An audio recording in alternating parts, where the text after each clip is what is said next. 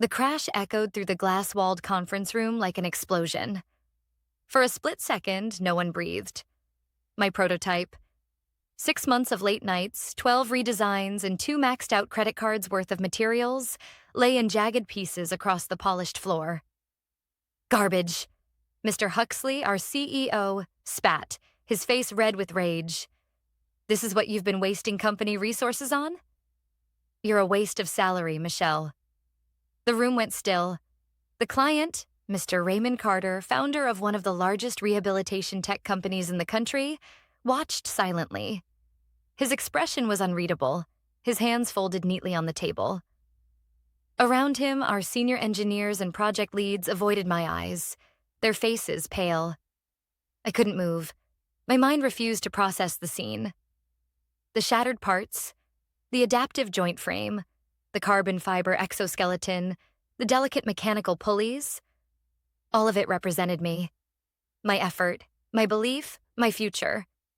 And now it was just debris under Mr. Huxley's shoes. Sir? I managed, my voice trembling. You didn't even let me explain the calibration. He cut me off with a wave. Explain? To who? Do you see yourself standing here, embarrassing this company in front of our biggest client? Laughter rippled from one of the executives, a nervous, sycophantic sound. I felt my cheeks burn. But then something happened I didn't expect. Mr. Carter turned to me, calmly, deliberately. His eyes, sharp and observant, studied the scattered pieces, then lifted to meet mine. May I have your contact details, please? He asked. The room froze again. Even Huxley blinked. My contact? I stammered. Yes, Carter said, extending a hand. For follow-up.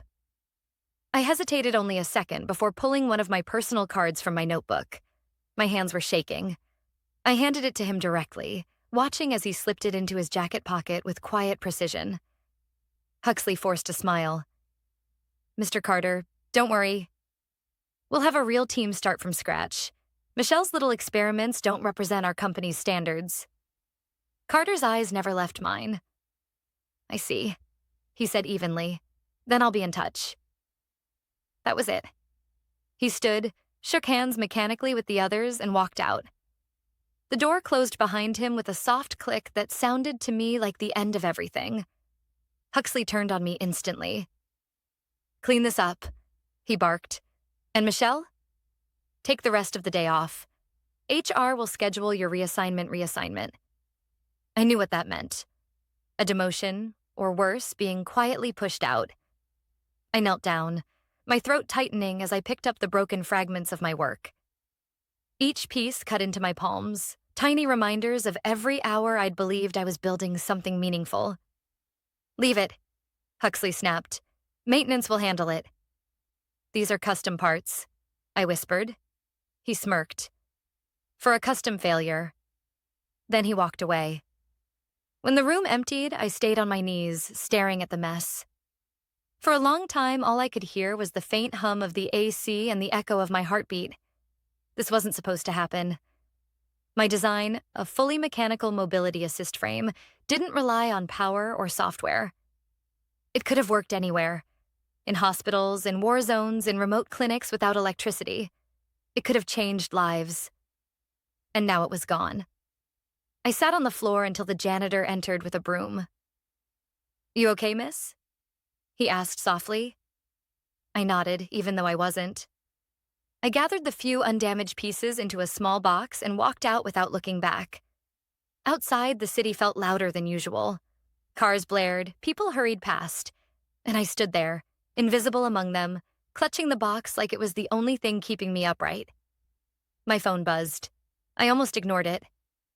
Then I saw the name on the screen, Raymond Carter. I froze. Hello? I answered, trying to steady my voice. Ms. Alvarez, he said, his tone measured. I'd like to speak further about your design.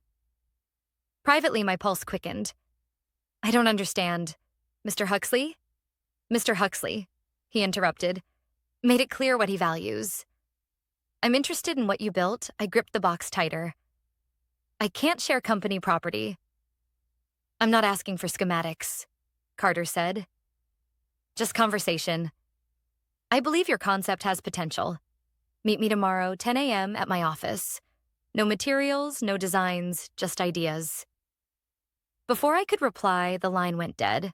I stood there in the middle of the street, rain beginning to fall, the box of broken parts pressed against my chest. It wasn't over. It couldn't be over. That night, I laid the salvaged pieces on my kitchen table, each one glinting under the dim light. My hands still shook, but not from fear anymore.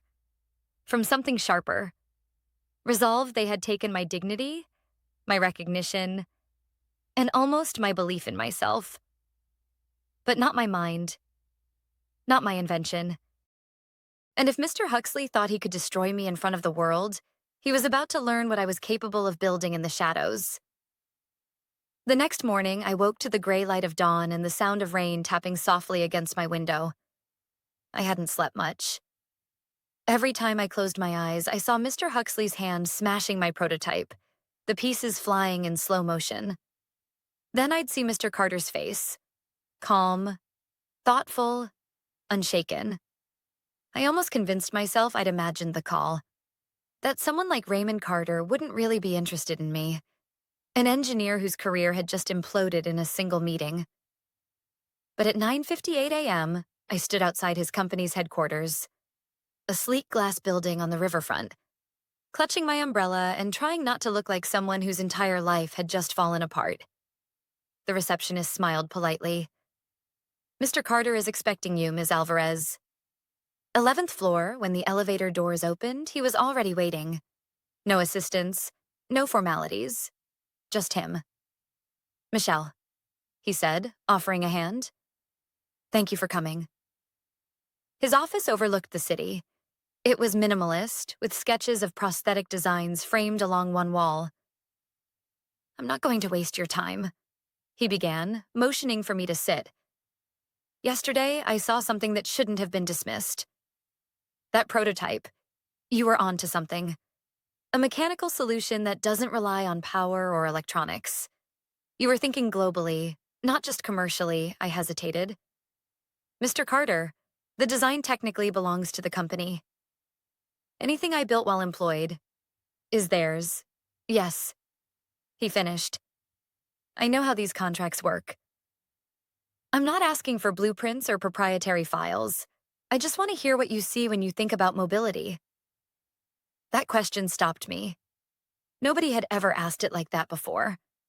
Not my colleagues, not my bosses. I found myself talking about accessibility in rural areas, about how electronic prosthetics fail when batteries die, about how a simple, durable design could restore independence to people who had been left behind by modern tech. Carter listened without interrupting. When I finished, he leaned forward. "I want you to have a space to keep developing this idea, independently. My foundation supports engineers who create practical solutions for real-world challenges. We'll provide tools, workshop access, even advisors if you need them. No contracts yet, just a chance to build freely." My instinct was to say no. It sounded too good to be real. "If my company finds out," "They won't," he said calmly. "You won't use their data or resources. Just your mind." I exhaled slowly.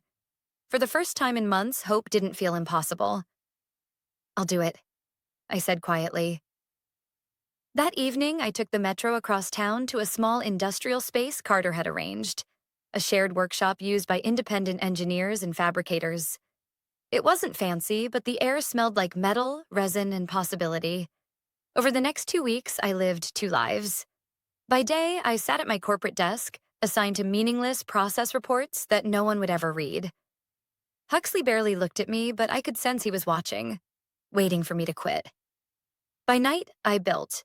Carter's team had introduced me to a machinist named Leon, a quiet older man who'd spent 30 years repairing medical equipment in developing countries.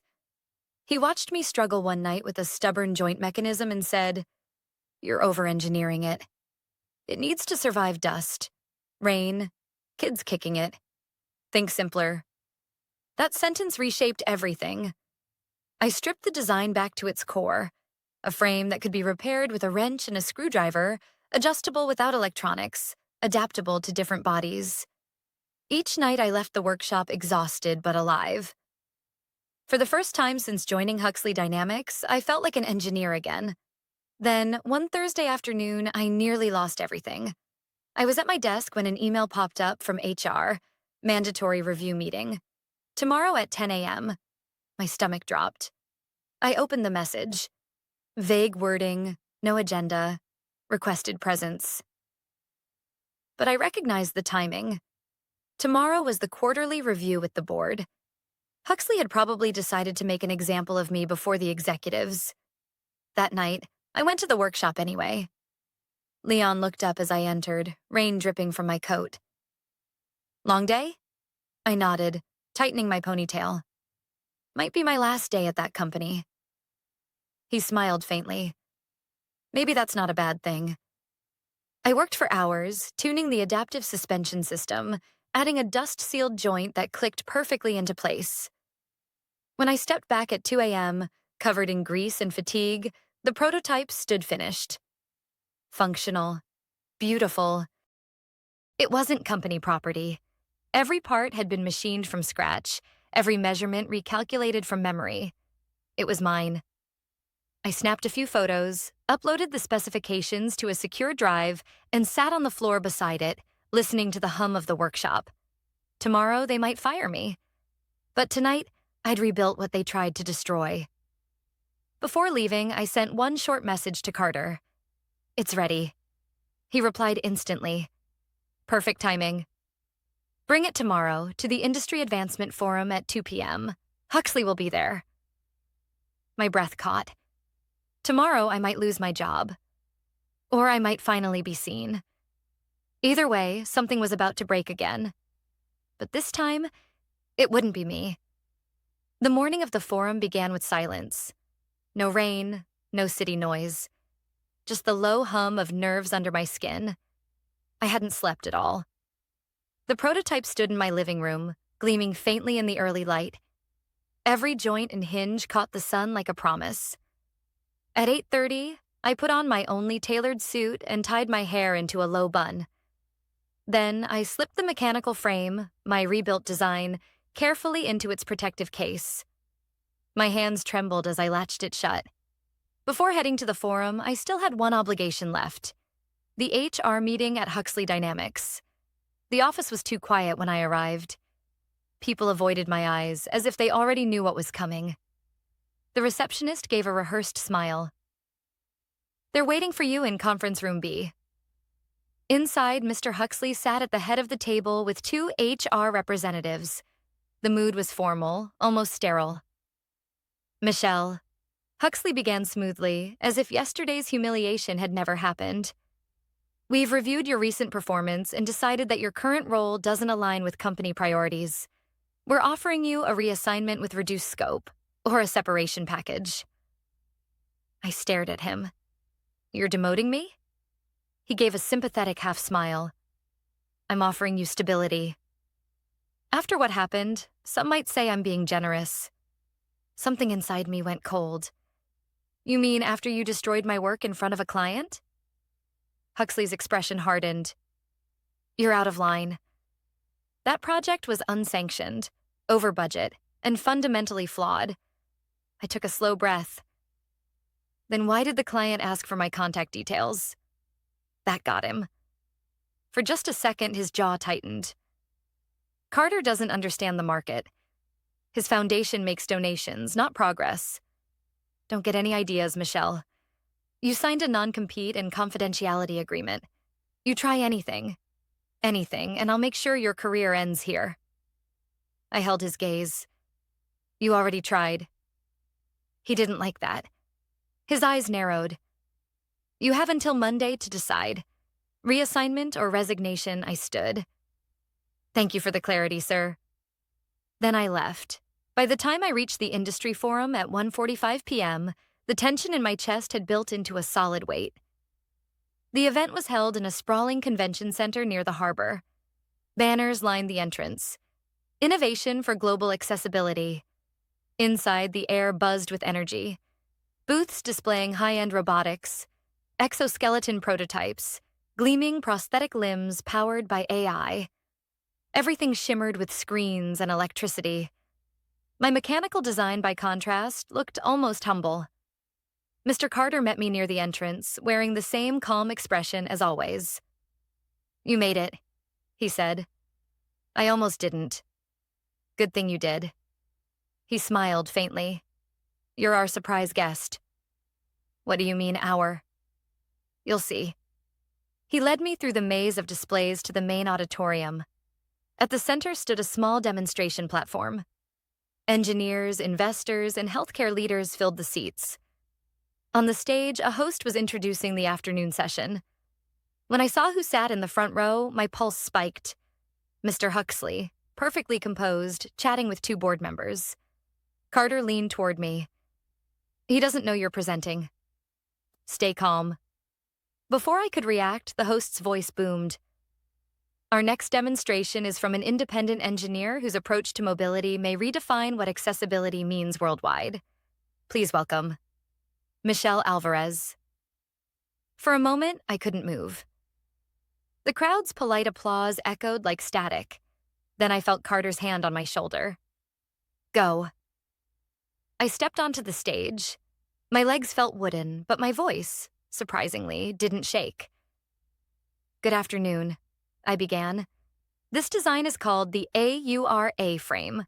It's a fully mechanical mobility system that functions without power, software, or charging. It adapts to terrain and user weight using simple physics. No batteries, no circuits, just engineering." Gasps and murmurs spread as I unveiled the prototype.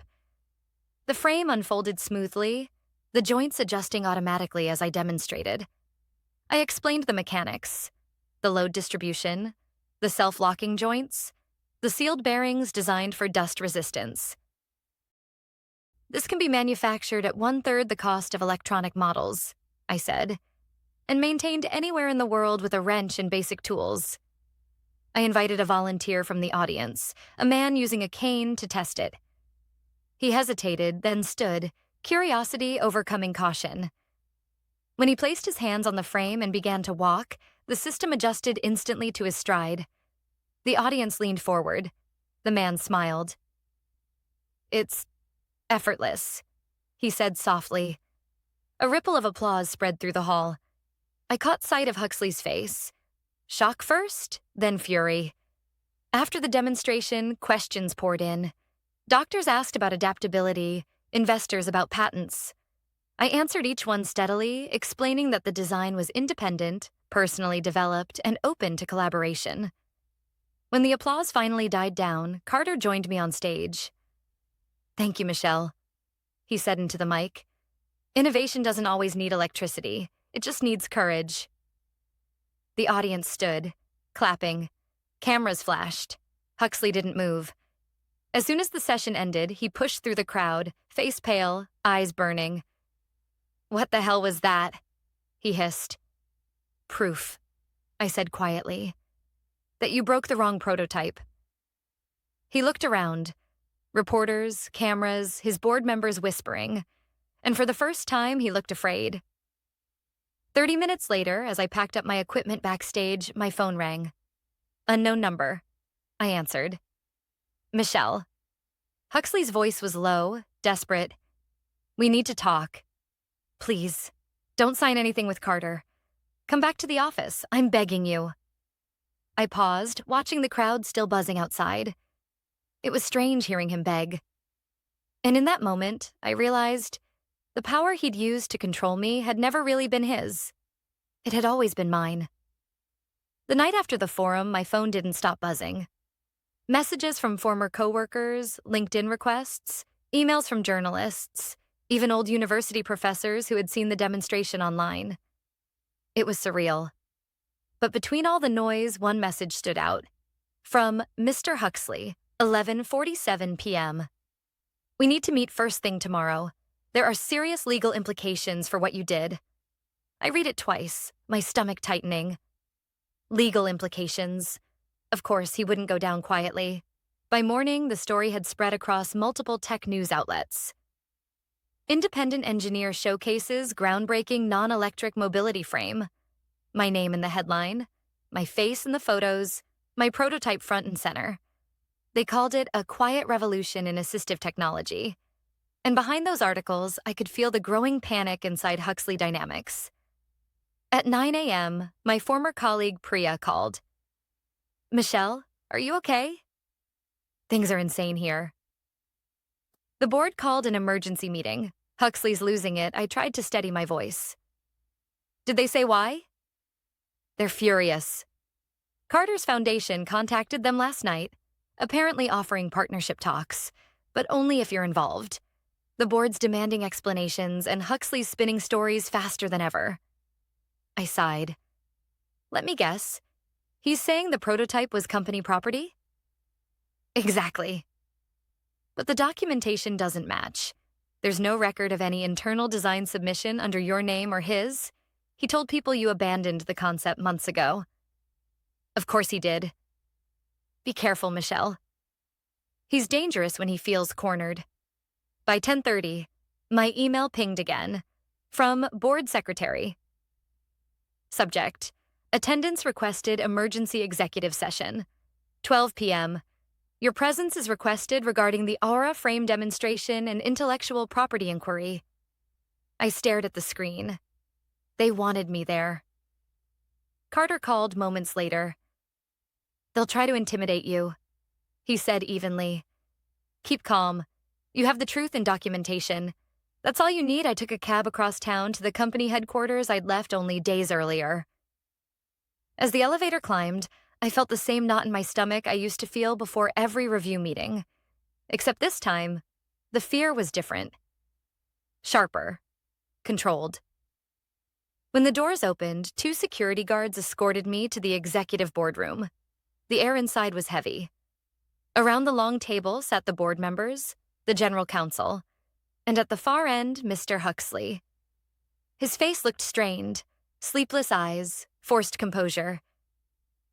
"Ms. Alvarez," the chairwoman began, "thank you for coming on short notice. We have questions about the AURA prototype you presented yesterday." I nodded.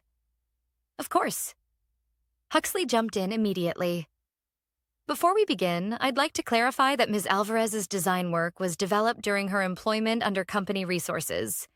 Her public presentation was unauthorized and in violation of her contract." The chairwoman raised a hand. "We'll hear all sides." She turned to me. "Ms. Alvarez, your response?" I met her gaze. The design presented at the forum was my independent work, built entirely outside company hours and with personal or third-party resources. The concept predates my employment and is fully documented in my graduate research. The general counsel adjusted her glasses. "Do you have proof of that?" "Yes," I said, handing over a folder. Inside were dated schematics, thesis excerpts, and time-stamped design notes from 3 years ago. These documents show the development timeline and the original adaptive joint concept. Huxley leaned forward, voice rising. "This is irrelevant." She still used company methodology and exposure gained through our clients. That's theft of opportunity. One of the board members frowned. "Mr. Huxley, is it true that you presented similar mechanical mobility concepts at last month's healthcare summit as your own?" Huxley blinked. "That was an internal strategy update." The chairwoman turned to another member. "We've reviewed the transcript from that presentation. The phrasing, 'my team's abandoned mechanical prototypes,' appears to refer to Ms. Alvarez's work." The room went silent. Huxley's jaw flexed. "You're misinterpreting it." I was summarizing our direction, not claiming ownership. Carter, who had been silent until now, spoke from the side of the room. "With respect, Mr. Huxley, your direction almost buried technology that could change thousands of lives. If Michelle hadn't rebuilt it, you'd still be calling it impractical." The board chair nodded slowly. "It seems the situation goes beyond a contract issue. It speaks to leadership judgment color drained from Huxley's face." "You can't be serious. I've run this division for 8 years. Then you should understand accountability. she said quietly.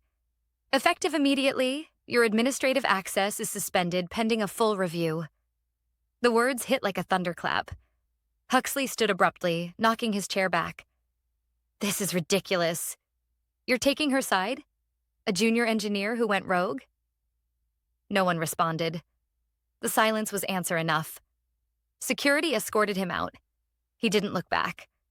After he left, the chairwoman turned to me. Miss Alvarez, we owe you an apology.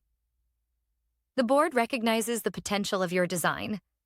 We'd like to discuss forming a new division dedicated to sustainable mechanical mobility, under your leadership, in partnership with Mr. Carter's foundation. For a moment, I couldn't speak. Everything, the humiliation, the sleepless nights, the shattered prototype, crashed back in a wave. I accept, I said finally, my voice steady. Carter smiled faintly. Good.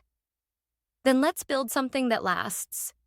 When the meeting ended, I stepped outside into the afternoon sunlight. The city looked the same, but nothing felt the same. For the first time, I wasn't an employee fighting for approval. I was the one setting the direction. And as I looked up at the skyline, I realized something simple but powerful. Sometimes justice doesn't come through revenge. It comes through visibility, when the truth stands on its own, undeniable and unbreakable. 3 months later, I walked through the new research facility for the first time. It wasn't glamorous, just a converted warehouse on the edge of the city, but it hummed with purpose. The walls were lined with sketches, 3D models, and half-assembled frames. The sound of drilling and laughter filled the air. We'd named it AURA Labs, after the frame that started it all. Carter's foundation had provided the initial funding, and the company board, after several long negotiations, had signed off on the partnership. What they hadn't expected was how quickly the project would take off. Within weeks, requests came in from clinics, rehabilitation centers, and NGOs from all over the world. People weren't asking for luxury devices. They were asking for solutions. I stopped by one of the workbenches where Leon, the machinist who had helped me rebuild in secret, was tightening a bolt on a new prototype. He looked up, wiping his hands. Hard to believe, huh? A few months ago, we were working under flickering lights in a rented workshop. And hiding from corporate spies, I added with a smile. He chuckled. Now look at you, Director Alvarez. The title still felt strange. I didn't feel like a director, just someone who finally had the chance to build without being silenced. At noon, I joined Carter in the meeting room. A pile of reports covered the table. Manufacturing costs, field test feedback, partnership requests. The Kenya trials came in, he said, handing me a folder. 94% success rate in rough terrain. Repairs done locally, 0 power failures. My throat tightened as I flipped through the photos. Kids using the adaptive frames to walk to school, adults traversing muddy roads to reach clinics. These weren't numbers anymore. They were lives. Carter watched me quietly. You should be proud, Michelle. You did this? No, I said, closing the folder. We did this. Every person who believed it was possible when it looked like failure. He smiled. Still humble. Still learning, I corrected. That afternoon, a visitor arrived unexpectedly. Priya from my old company. She looked nervous when the receptionist showed her in. I hope it's okay that I came, she said. Of course, I said, motioning her to sit. How are things over there? She hesitated. Different. The board brought in an interim CEO. They're reviewing all active projects. Huxley, well, he tried to start his own firm. It's not going well. Word travels fast. I nodded slowly. Part of me felt satisfaction, but it wasn't joy. More like closure. I'm sorry it turned out that way, I said honestly. He wasn't always wrong, just blinded by ego. Priya smiled faintly. You're kinder than most would be. She paused, then added, People talk about you a lot, you know. Some as a cautionary tale, others as an inspiration. Let's hope the right story sticks. Before she left, she handed me a small envelope. Inside was a note signed by several engineers from my old department. Thanks for showing us that good ideas don't die just because someone else can't see them. I folded it carefully and slipped it into my notebook. Later that evening, after everyone had gone home, I stayed behind. The workshop lights cast long shadows across the floor, just like that night months ago when I rebuilt the first prototype in secret. I traced my fingers along one of the new frames, sleeker now, lighter, but still built on the same principle: simplicity, reliability, dignity. Sometimes when people talk about revenge, they picture fire and destruction, making the other person lose what they took from you. But standing there, surrounded by creation, I realized my revenge had already happened. I hadn't destroyed anything. I'd simply built something they couldn't ignore. The next week, our labs hosted an open demonstration for journalists and investors. This time, I didn't tremble when I stepped onto the stage. Cameras flashed, but I didn't feel exposed. I felt grounded. 6 months ago, I began. A prototype was destroyed in front of a client. At the time, I thought it was the end of my career. But sometimes when something breaks, it's not a failure.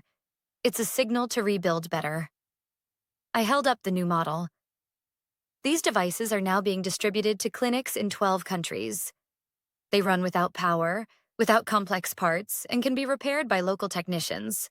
That's the power of engineering that serves, not just impresses. The applause came slowly at first, then grew into a standing ovation. Somewhere in the crowd, I saw Priya smiling, and next to her, unexpectedly, was the chairwoman of Huxley Dynamics, nodding in quiet approval. After the event, I stepped outside. The sun was setting, painting the sky in gold and orange. The city felt lighter somehow, as if all the noise had softened. Carter joined me on the steps. "So," he said, "what's next?" I looked at the skyline and smiled. "We build. And this time we make sure no one gets left behind." He nodded. "That's a mission worth keeping." As he walked away, I stood for a long moment, breathing in the cool evening air. Everything that had once been broken, my confidence, my reputation, my creation, had been rebuilt stronger. And I realized that revenge wasn't the real ending. Creation was. Because when you stop fighting to be seen and start building something undeniable, you don't need to shout. The world will see you anyway.